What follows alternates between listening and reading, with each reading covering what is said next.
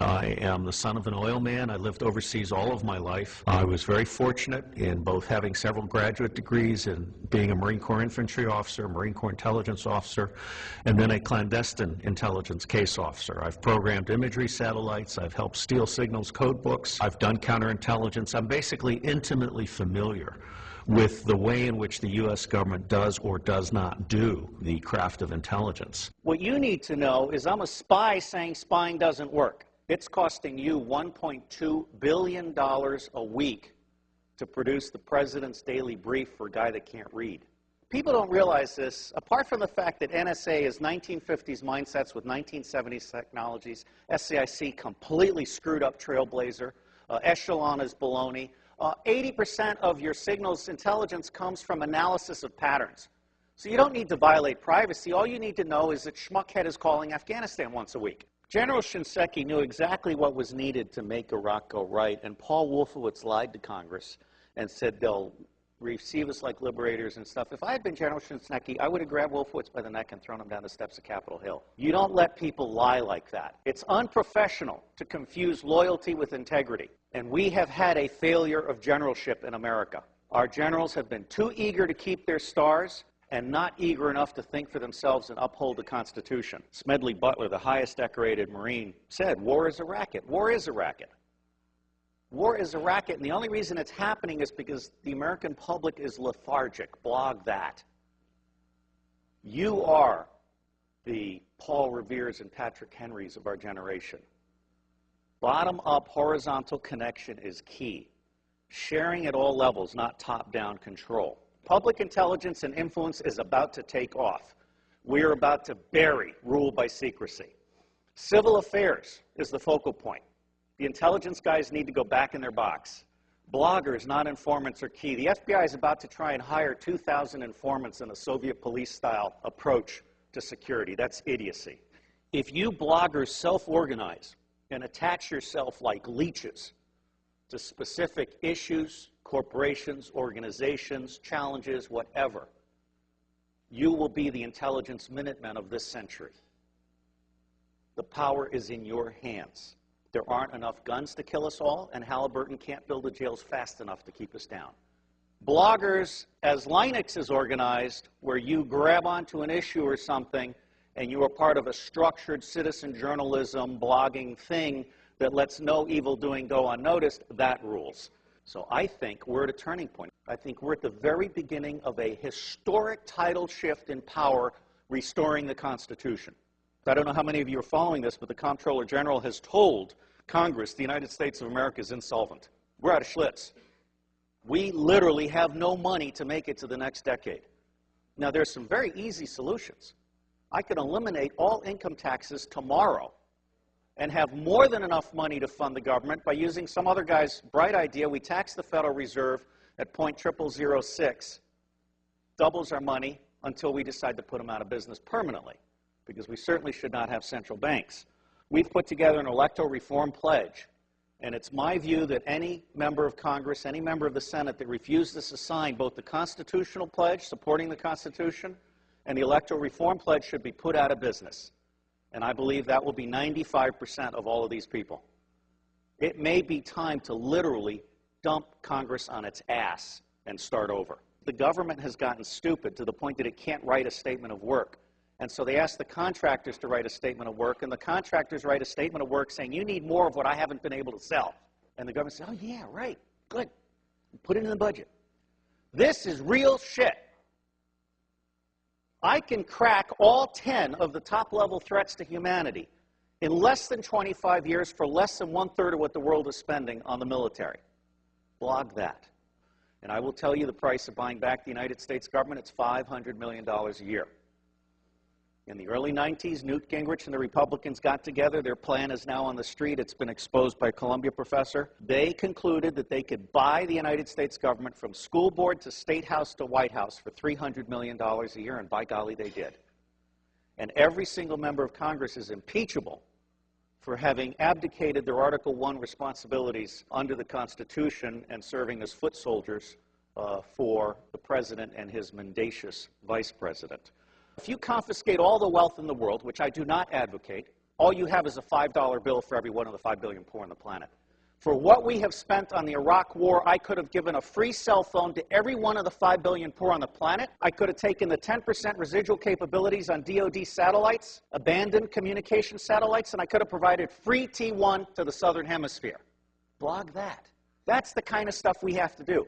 Because if we don't do that, those 5 billion people, instead of producing wealth that stabilizes the earth, are going to produce plagues, epidemics, criminal gangs, drugged up people. Ralph Peters, a friend of mine, and the bottom line here is the only path to wine, women, and wealth for badasses anywhere on the planet that have no money is guns.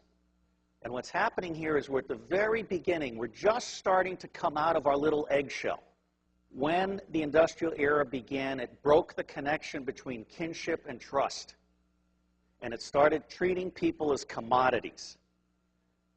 And then we lost sight of our government and we allowed the corporations to buy the government. The United States of America no longer represents we the people. But you can change that. The reason it's not working today is because we have a military-industrial complex that profits from secrecy and war, and it does not profit from efficiency and peace. Blog that. The bottom line here is that central banking is an evil cancer. These people are selling us credit they don't have so they can take profits they don't deserve out of our pockets. That's nuts. The United States government is constitutionally chartered to print money on the good faith and credit of all of us and not pay interest. Why are we being such fools? Well, unfortunately, if you fight them, you get assassinated. Lincoln and Kennedy were both about to print money and not borrow from the banks. I can't connect those two dots, but I can tell you they're side by side. But the reality is the federal government is broken in every possible way. And it's going to be localized, bottom-up resilience networks. They're going to save us. That's where you guys come in. Our educational system stinks. It beats the creativity out of kids by the time they're in the 4th grade. It forces you to become a blogger or hacker in order to become creative. So you guys are the lifeboat. We've gone from America the Beautiful to America the Shit. Now, I believe we need to start blogging retrospective impeachments. I'm not saying we need to hang them or tar them or feather them, just out them. I think it's time for citizen investigative journalism to go deep and go back and go current. And people need to understand they can't get away with this stuff. There is absolutely no lack of solution, and there is also no lack of money. What is lacking is the popular political will to exercise our God-given right to be in charge. I got thrown off Fox News for saying the global war on terror wasn't real. Well, it's not. Okay? I mean, until we can get to one man, one bullet for the top 6,000, we can contain the next level, and we can provide a quality of life for everybody on the planet at the lowest level, we're not going to get it. The Air Force solution for terrorism is to kill one guy in an entire village, which of course creates 100 to 200 additional terrorists because of that indiscriminate war crime. It's just nuts. And it's nuts because the media isn't doing their job, and so it falls to you. And my dream is to have someone adopt every zip code and start doing that weekly report for their zip code.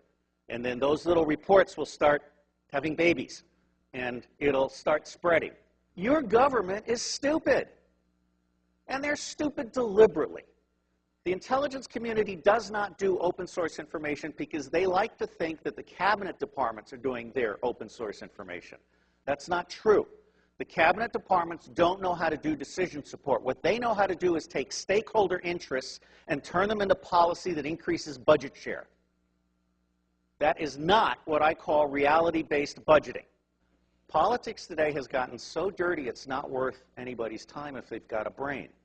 Well, I don't have a brain, I have a soul. And I believe that America needs to get back in the business of managing itself. I am absolutely certain that central banks are an evil. Central banks are screwing us all, or we'll head it right. We are pigs being harvested for profits. I do believe there are secret societies, although, you know, given a choice between conspiracy and incompetence, I generally go with incompetence. The Bilderberg Group, I just saw a list of who attended the last time, and it's almost a list of nobodies who want to be somebodies combined with somebodies on their way down. You know, I'm not that impressed. These people think they're the movers and the shakers. They're only the movers and the shakers as long as you let them be the movers and the shakers. I spent 18 years trying to help secret government agencies get in touch with unclassified information. And Tom Attlee sent me an email, and he had this little signature blog where Buckminster Fuller said, don't try and heal a broken system, create a new system that replaces it. So I'm honored to be here to set the tone for you guys. And my bottom line is, don't waste your time on the federal government. It's going away. There are 27 secessionist movements. There are 9 distinct nations in North America. I anticipate some virtual separation in the Republic. And I think that you're going to find that, like Vermont, for example, is all of a sudden going to be seen by the rest of America as exactly where we want to be, or Seattle. And so that's called the spike theory of change. As soon as one state gets it perfect, it's going to spread like wildfire.